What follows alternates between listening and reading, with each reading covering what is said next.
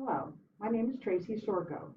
My presentation will discuss a childhood favorite of mine and millions of other kids, Sesame Street.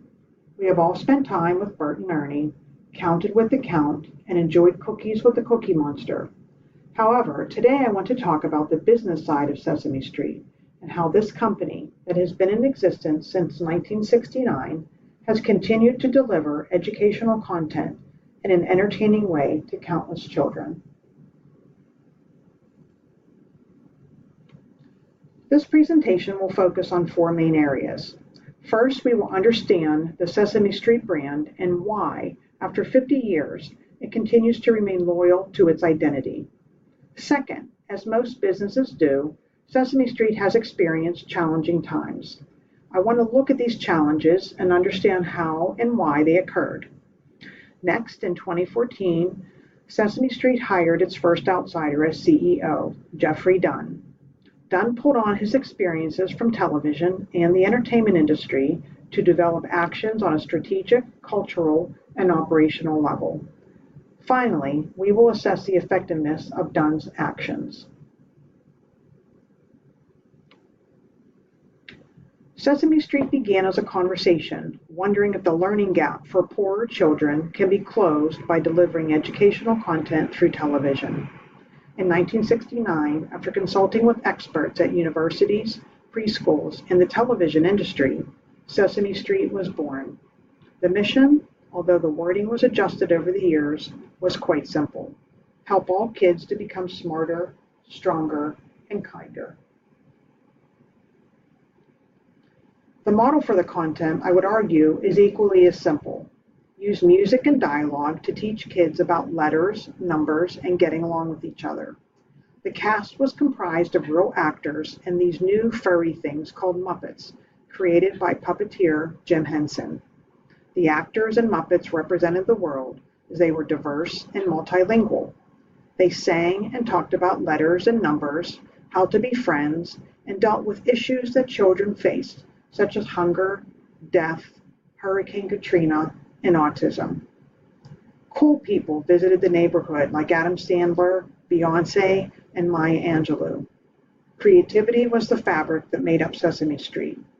I can still remember watching the show as a 6-year-old, and I thought it was great. Sesame Street was a not-for-profit organization, therefore funding was limited. The ability to generate capital in the same manner that other television shows could was not possible. Producing a show such as Sesame Street had expenses, even though half of the actors were Muppets, and expenses usually outpaced revenue. Royalties and licensing did not make up for the shortfall. Organizationally, there were departmental silos, which resulted in poor cross-functional communication. Often, departments would play the blame game because they were unaware what other departments were doing. Meetings were disorganized and lacked a clear purpose and outcome. Many times, leadership would schedule other meetings to solve problems and make decisions.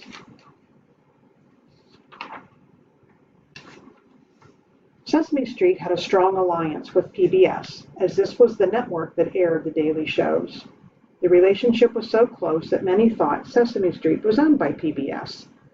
Additionally, funding for production was provided, but by 2014, Sesame Street cost over $18 million to produce, and under the terms of the agreement, PBS only covered less than 10% on an annual basis. By this time, the competition arrived by the names of Disney and Nickelodeon. These powerhouses had very capable funding generators and was nothing less than formidable opponents. Sesame Street was up against shows like Blue's Clues, Dora the Explorer, and SpongeBob, where innovation and creativity were expanding children's television programming. Many of the shows were unique in that they encouraged interaction with the viewers. The range of Disney and Nickelodeon was a result of the digital transformation and the ability for kids to consume content through apps on smartphones, iPads, and tablets. Additionally, the merchandising factor was nothing that Sesame Street had experienced before.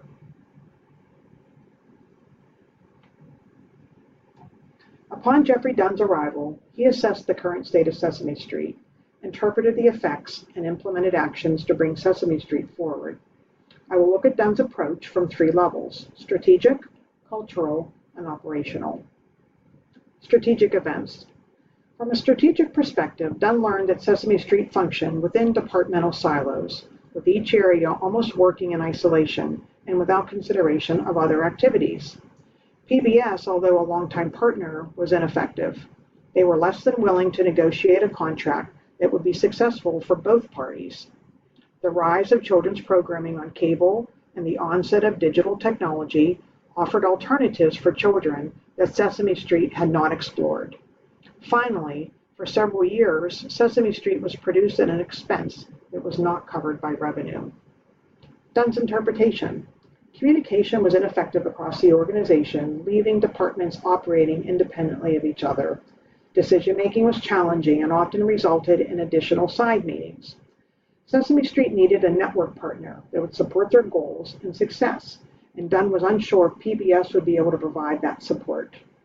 Sesame Street, even though they had an innovation lab, did not maintain pace with digital technologies, resulting in a limited scope of programming delivery to the modern consumer. Other cable networks were rapidly taking advantage of these technologies, leading to shows that were more appealing and available to children. How did Dunn react?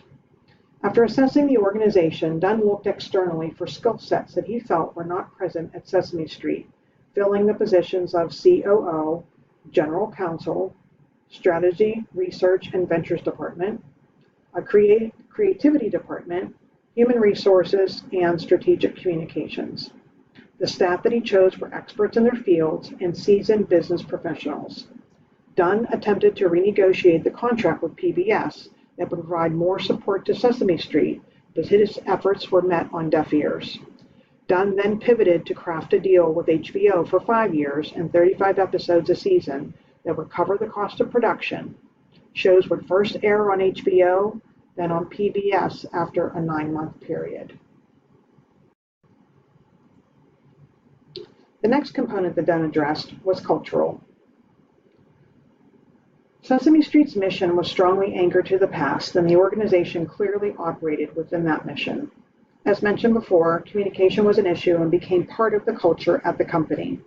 Meetings did not have a clear purpose or goal and often resulted in subsequent meetings.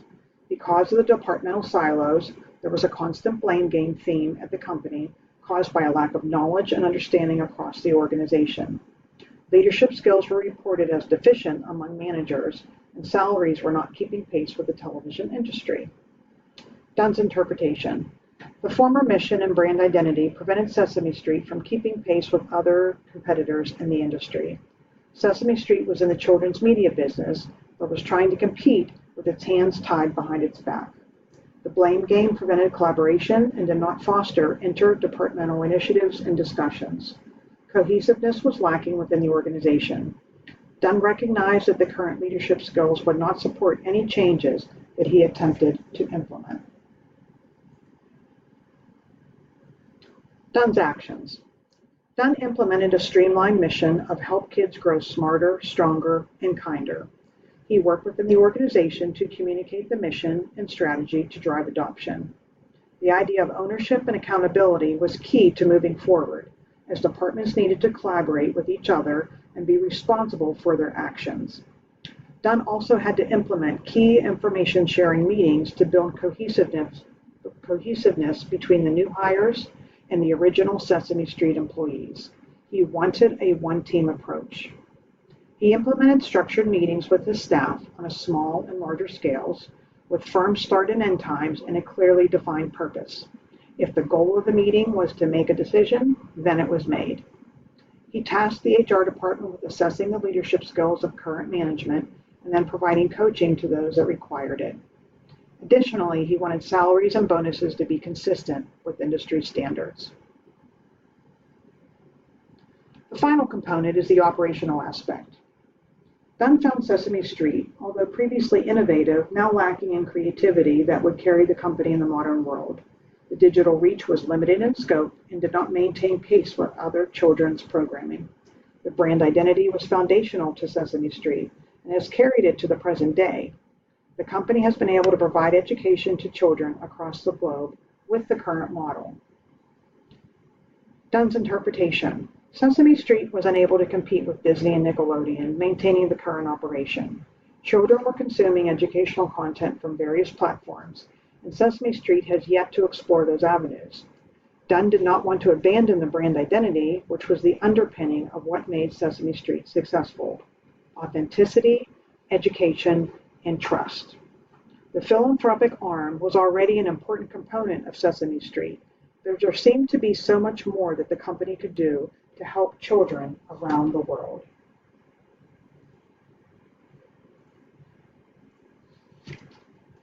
Dunn's actions. Dunn scrapped the Innovation Lab and established relationships with third parties that had expertise in technology. He created Sesame Ventures to bring entrepreneurship and innovation back to the company, in addition to Sesame Studios, which was a dedicated YouTube channel with unique digital content. The partnership with IBM Watson gave Sesame Street the ability to create interactive educational products that were cutting edge and relevant. Dunn moved forward with the utilization of the brand with tech companies, HBO, and Apple. The only way Dunn could broaden the scope of their societal impact was to devise a way to increase funding. Consequently, the Yellow Feather Fund was born. This initiative worked on improving individual giving. However, Dunn toyed with the idea of separating the philanthropy division from the rest of the company. Have Sunny Days actually returned to Sesame Street? Dunn did eventually separate into two divisions: Sesame Philanthropy and Sesame TV. However, a close eye on revenue expenses was required. There was always the constant concern over branding, but Dunn believed that the mission and identity could and should be maintained. Dunn continues to look at it to expand its digital presence. They have invested in Epic, which gives kids and teachers access to a digital library of high-quality ebooks. Finally, Dunn felt that he had a team implemented within the company with the right skill set to carry the company forward. Thank you for listening.